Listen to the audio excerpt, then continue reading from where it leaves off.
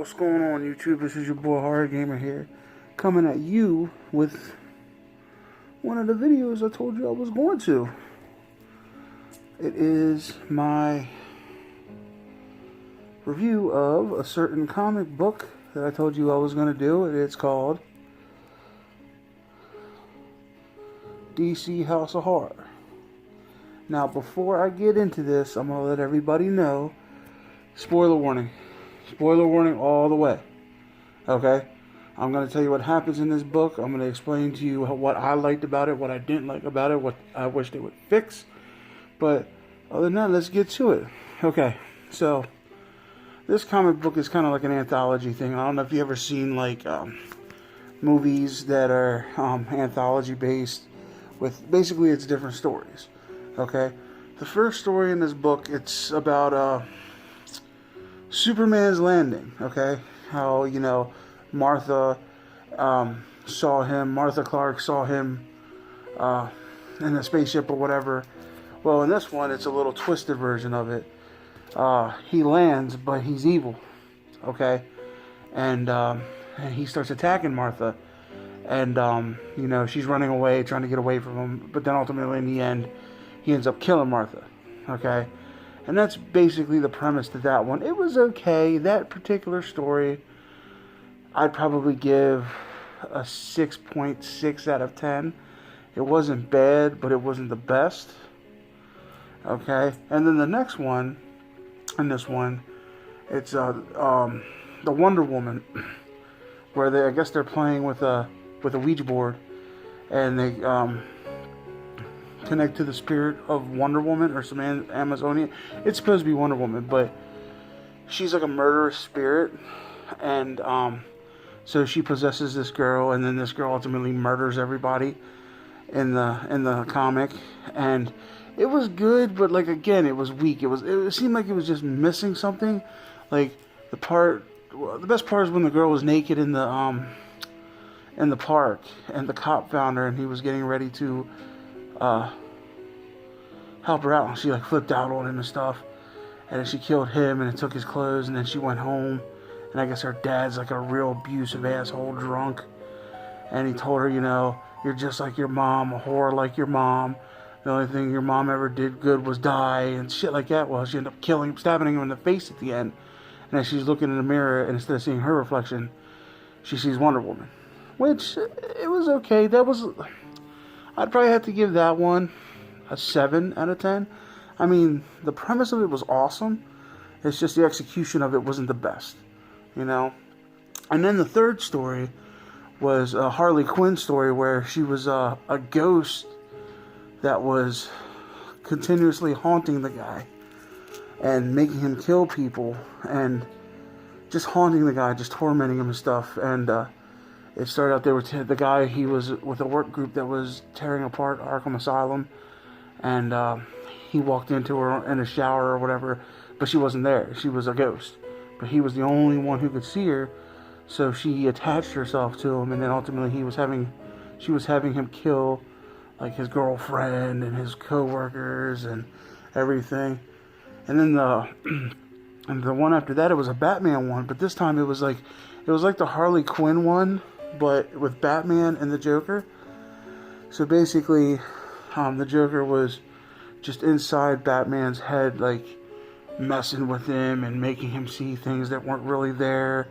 About how instead of his parents being killed in the alleyway, that Batman actually murdered his parents when he was a kid, and he was locked away in a mental institution his most of his life, just imagining superheroes and stuff.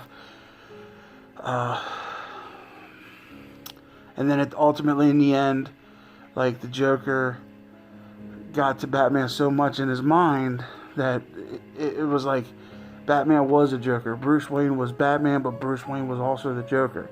So ultimately in the end, he took his own life. Batman committed suicide, or Bruce Wayne committed suicide. Now, both of those, the Harley Quinn and the Joker, the reason I explained those two together was because it was kind of like the same story, just a different, the Joker and Harley Quinn. Both of those, the Harley Quinn one was okay. I'd have to give that a 5. It wasn't the best. It was okay. It was, like I said, it wasn't the best out of those stories. Now the Batman one, that was actually pretty decent. I'd have to give that one a 7.5 because it was good. It was a good story. It was executed way better than the Harley Quinn one. There was a lot of premise on the Joker and Batman, and with Harley Quinn, it was just some random guy she was messing with. So Harley Quinn, like I said, a 5, and then I think I said 7.8 for the Batman Joker one. And then my favorite one, it was the Green Lantern. It was Batman. It was the whole Justice League or whatever. They were meeting for their weekly meeting or whatever it was considered. But the Flash ended up getting bit by a zombie, basically.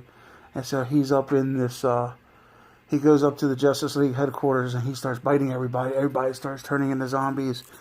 And, Batman starts attacking the Green Lantern. And, the Martian... I forget the one's name.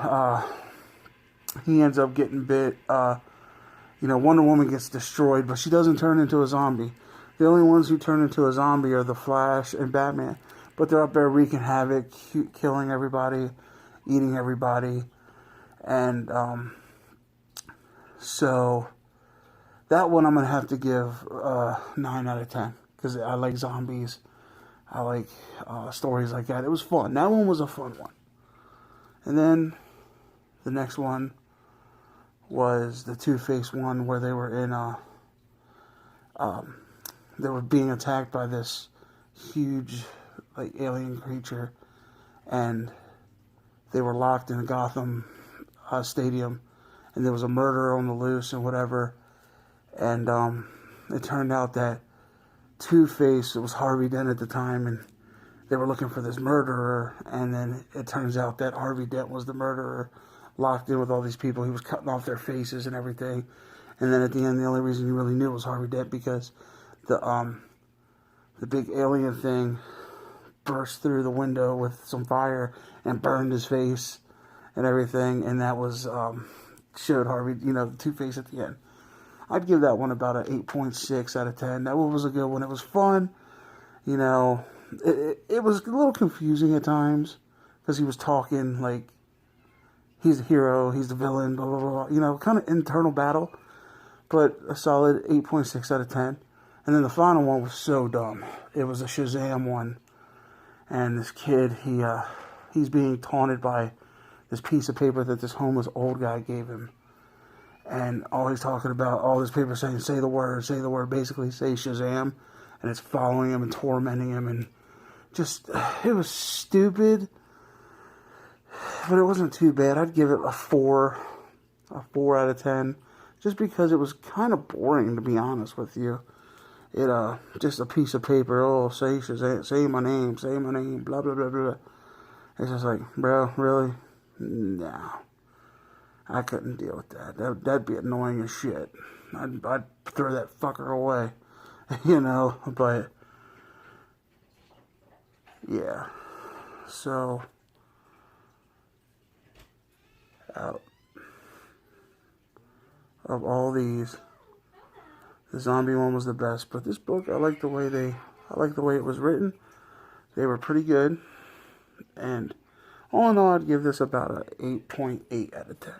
The whole thing was really good. I enjoyed it. It was a different take on everything. It was darker than I expected, which is cool. I don't mind the weirdness every now and again. So, there is my outlook on DC House of Horrors, 8.6 out of 10. I recommend you go pick it up. And until next time, this is your boy Horror Gamer, telling you not to be afraid of the darkness.